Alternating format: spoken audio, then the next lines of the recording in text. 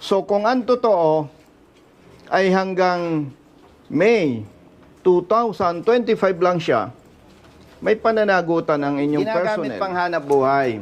Ilan po ang gamit namin. Ang nagkakamali sa sitwasyon na to sa side ng LTO. Tapos sasabihin natin, huwag mong gagamitin. At may problema pa. Hindi ako agree, ma'am, doon kasi masasakal yung hanap buhay niya na hindi naman niya kasalanan. Ang masasabi ko, brother, pasensya, ma'am, gamitin mo hanggat gusto mo. At pag nahuli ka at sinabing expired, another issue na naman, sasakit na naman ang ulo ni ma'am. Yung katulad niya na nahuli at sinasabing expired ang rehistro, para sa kanya, problema yon. Malaki po. Hindi ka na nakakabahan, okay? Nasaan yung papel?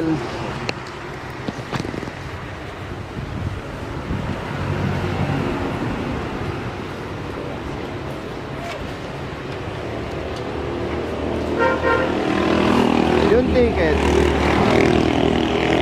Opo mo ito, boss. Gawa na.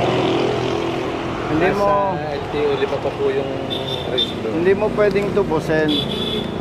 Kasi sa LTO, hindi katulad sa palengke. Pag sobrang bayad, pwede mong bawiin. Ito yung plaka, no?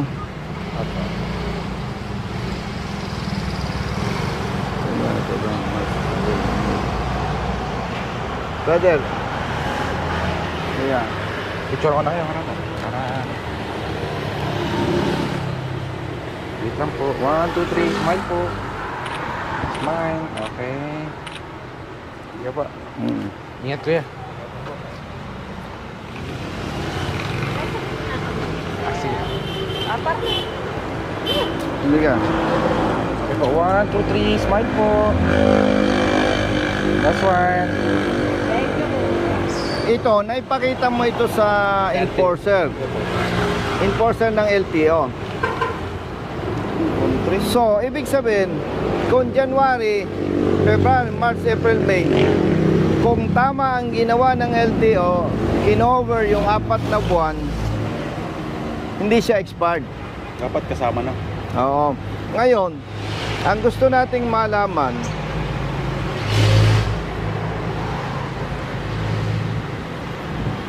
kung ikinonsider nga ng LTO.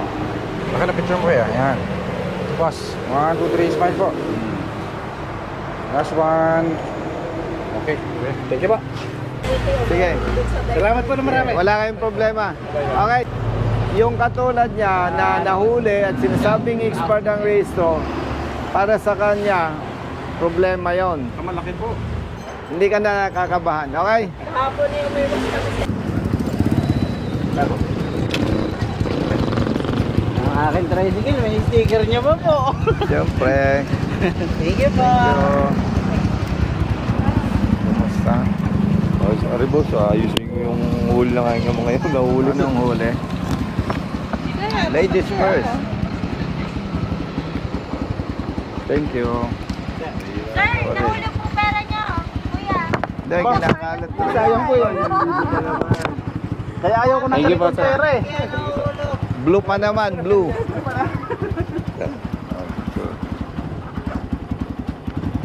Thank you. Hali kayo, hali kayo.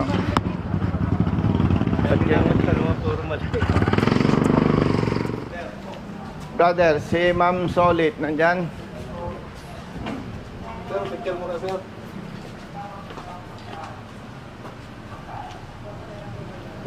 Sige pa. Kuya, Sayang tayo hindi napasama. tinatanong ko nga sa Comelec kung bakit Oo.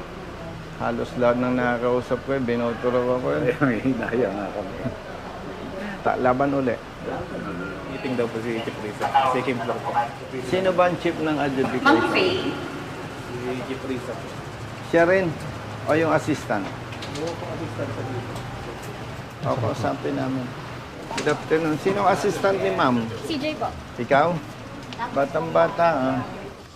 Tatawagin Ayusin mo ang sagot, naka-video tayo. naman nakabigdo, sir. Hindi naman personal ito eh. Papareceive ko yung isa. Boss, Hi, sir. Namiss niyo ako? Kung hindi pa nahuli yung tao sa Candelaria. Hindi nyo nga ako pinuntahan dito. Manyapat naging... Si Ajek po. Kumusta po? AR din namin. May tatanong ako kay Ma'am Risa eh. Ito ang mas pinakamagaling kong nakilala eh. Tayo dyan. Maniwala sila. Ito, tricycle. How come na under-collect MBUC 2004 plus penalty na 1,350? A total of 3,850.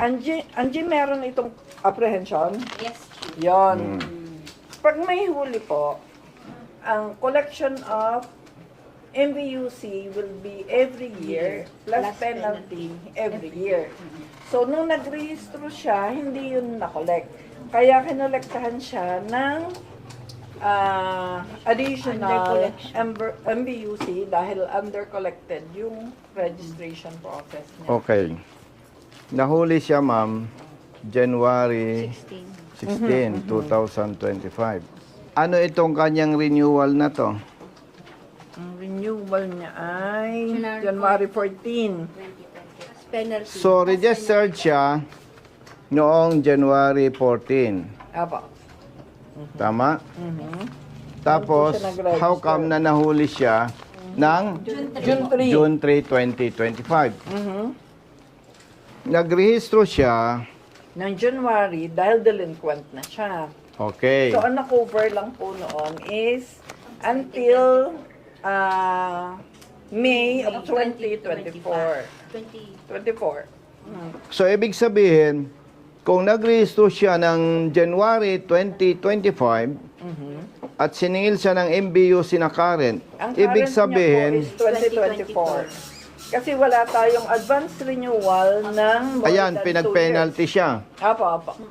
We cannot collect registration fee for the current year na lalampas ng 2 years advance. So, pag ikaw nag-interpret dyan, registered siya until when? Ano po? Kasi dahil ang titingnan natin is the plate ending. Okay, ang plate ending niya is 5. Apo. So, ang Kailan siya current niya, registered? Hanggang kailan? hanggang May of 2024. Yun yung binayadan niya. Saka po. So, kung ang totoo ay hanggang May 2025 lang siya, may pananagutan ang inyong personnel. Kasi dito nagbase Walang ang may-ari ng sasakyan. Nakalagay dyan, next renewal, January to March 2026. Kung pagbabasihan ito with respect to LTO, walang kasalanan ang may-ari ng sasakyan. Anyway, ito naman po ay, sabi nga natin, all apprehensions are not considered final. Yung apprehended driver or the operator can file a protest. Usapang public service. Ito ang ikinasasama ng loob namin sa side ng motorista. Kasi, kung titingnan po natin, ma'am, nandito na yung ebidensya Nire-respeto ko yung inyong proseso. Yes. Pero kung titingnan natin yung public service, public interest, kung ako nasa posisyon nyo, i-resolve ko agad to Bakit, ma'am? Andyan na yung ebidensya Ibig po bang sabihin from here, magpapail ng contest, uuwi ng Candelaria, Quezon, babalik for the hearing? Actually, sir, ang apprehension case ay submitted sa LTO Candelaria. Ma'am, ito, experience kasi namin. Pag bumaba ka sa district, ang ituturo, regional office. Ibang issue ito. Anyway, we will follow your procedure. Sasubmit kami ng contest, but we are hoping na hindi siya mag-a-appear sa inyong opisina para dumalo sa hearing. Usually, sir, we no longer require yung mga driver at saka operator na nag-file ng protest. Ito, the documents lang. will speak for itself. Okay. Lumalabas sa inyong system, expired siya. Tama po. Hindi siya pwede pang mag-rehistro ngayon. Kasi lalabas, hindi nyo pwedeng i-renew kasi may huli kayo. Apo. So, ang mangyayari, ma'am, hihintayin ng may-ari na ma-resolve yung issue. Apo. Pag na-resolve ang issue, that's the time pwede na sila pwede mag-renew. mag-process ng registration. Okay. So, ang Thank advice you, ma'am. namin is, wag mo na niyong gagamitin ang Ano ba unit. sasakyan? At baka Huwag naman. Ay, baka Ay, na sir. mahuli. Hindi. Eh, Oh, guma- ma'am. Ginagamit pang hanap buhay. Yun lang po ang gamit namin. Ang nagkakamali sa sitwasyon na to, sa side ng LTO. Tapos sasabihin natin, huwag mong gagamitin. At may problema pa. Hindi ako agree, ma'am, doon. Kasi masasakal yung hanap buhay niya. Na hindi naman niya kasalanan. Ang masasabi ko, brother, pasensya, ma'am, gamitin mo hanggat gusto mo. At pag nahuli ka at sinabing expired, another issue na naman. Sasakit na naman ang ulo ni ma'am. Ayan po ma'am aking lisensya. Nga pala. Nga pala. Kita nyo naman ang document, no? Hindi, again, wag mo nang problemahin yon. Hintayin natin sila na ma-resolve yung problema. Magmaneho ka hanggat gusto mo, kahit lampas na sa 3 days. 3 days.